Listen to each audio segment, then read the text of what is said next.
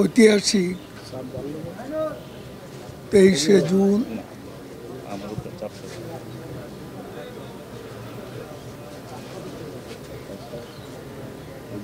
বাংলাদেশের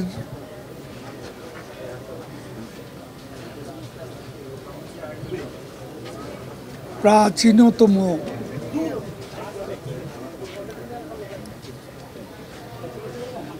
রাজনৈতিক প্রতিষ্ঠান বাংলাদেশ আওয়ামী লীগের ৭৫তম প্রতিষ্ঠাবার্ষিকী প্লাটিনাম জুবলি উদযাপিত হবে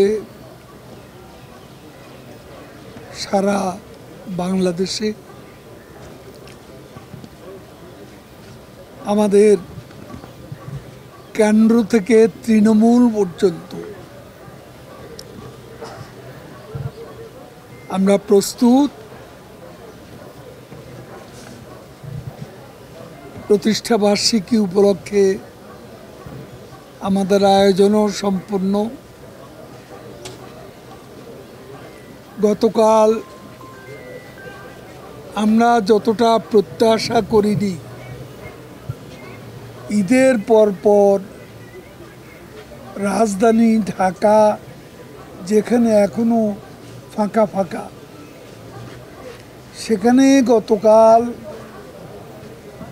কোনো পত্রপত্রিকা 5 কিলোমিটার জুড়ে এই শোভাযাত্রা প্রতিষ্ঠাবার্ষিকী উপলক্ষে আওয়ামী লীগের এই শোভাযাত্রা এত বর্ণাঢ্য, এত আনন্দ ঘন, এত উৎসব মুখর হয়েছে, যেটা ভাষায় বর্ণনা করা কঠিন। এবং গতকালই উৎসব মুখর আনন্দ ঘন যে পরিবেশ প্রতিষ্ঠা বার্ষিকীকে সামনে রেখে আগামীকাল প্রতিষ্ঠা বার্ষিকীতেও আমাদের স্বতঃস্ফূর্ত সুশৃঙ্খল আনন্দঘন উপস্থিতি ঢাকার এই ঐতিহাসিক সোহরাওয়ার্দী উদ্যানে হবে, যেখানে সভাপতিত্ব করবেন আমাদের পার্টির জননন্দিত সভাপতি, আমাদের মুক্তির সংগ্রামের আপসহীন কাণ্ডারি, বঙ্গবন্ধু কন্যা প্রধানমন্ত্রী দেশরত্ন শেখ হাসিনা। আজ আমরা নির্দ্বিধায় বলতে পারি, বাঙালি জাতির জীবনে যে দুটি সর্বশ্রেষ্ঠ অর্জন, সেটা আওয়ামী লীগের হাত ধরে বঙ্গবন্ধু শেখ মুজিবুর রহমানের নেতৃত্বে সর্বকালের সর্বশ্রেষ্ঠ বাঙালি বঙ্গবন্ধু মুজিবের নেতৃত্বে আমাদের সর্বশ্রেষ্ঠ অর্জন স্বাধীনতা।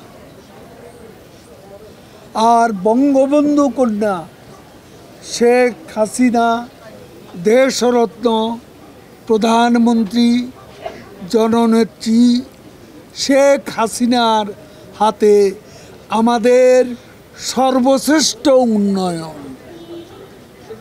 এ দুটি ৭৫ বছরে এসে একাকার হয়ে গেছে উন্নয়নে আর অর্জনে। অপ্রাপ্তির বিষয়টা সেভাবে দেখছি না। অপ্রাপ্তিটা প্রাপ্তির খাতায় আমরা হিসেব করে এগিয়ে যাচ্ছি। সেটা হচ্ছে বাংলাদেশের রাজনীতিতে আজকে আমি বলবো অপ্রাপ্তির বিষয়টা রাজনৈতিক। আজকে আমাদের যে অসমাপ্ত কাজ, আমাদের বিজয়কে আমরা এখনো সুসংহত করতে পারিনি। সাম্প্রদায়িকতা বিজয়ের পথে, সুসংহত করার পথে অন্তরায় হয়ে আছে। এ সাম্প্রদায়িক জঙ্গিবাদী শক্তিকে পরাজিত করা, পরাভূত করা আমাদের বিজয়কে সুসংহত করবে। আমাদের বার্তা নতুন কিছু। আমাদের বার্তা আমরা আমাদের পার্টির নির্বাচনী ইশতেহার আমরা দিয়েছি। সেই নির্বাচনী ইশতেহারের বাস্তবায়ন, আজকে দ্রব্যমূল্য নিয়ন্ত্রণে আনা, ইনফ্লেশন নিয়ন্ত্রণে আনা, এই বিষয়গুলো জনস্বার্থে খুব জরুরি এবং আমাদের কমিটমেন্ট। এটা আমরা একদিক থেকে বলতে পারি, আর অন্য দিক থেকে আমরা বলতে পারি আমাদের অনেকগুলো উন্নয়নের কাজ এখনও চলমান। যেমন underground metro, MRT line 1, MRT line 5, তারপর মাতার বাড়ি, পায়রা, এ কাজগুলো সুসম্পন্ন করতে হবে। রূপগঞ্জ, রূপপুর পারমাণবিক বিদ্যুৎ কেন্দ্র, এই বিষয়গুলো এখন চলমান রয়েছে। এগুলো সুসম্পন্ন করাটাই হলো আমাদের এখনকার দায়িত্ব এবং কর্তব্য। আমি সবশেষে বলতে চাই, আমরা রাজনীতি করি মানুষের জন্য, মানুষের সাথে আমরা ছিলাম, আছি, ভবিষ্যতেও থাকব।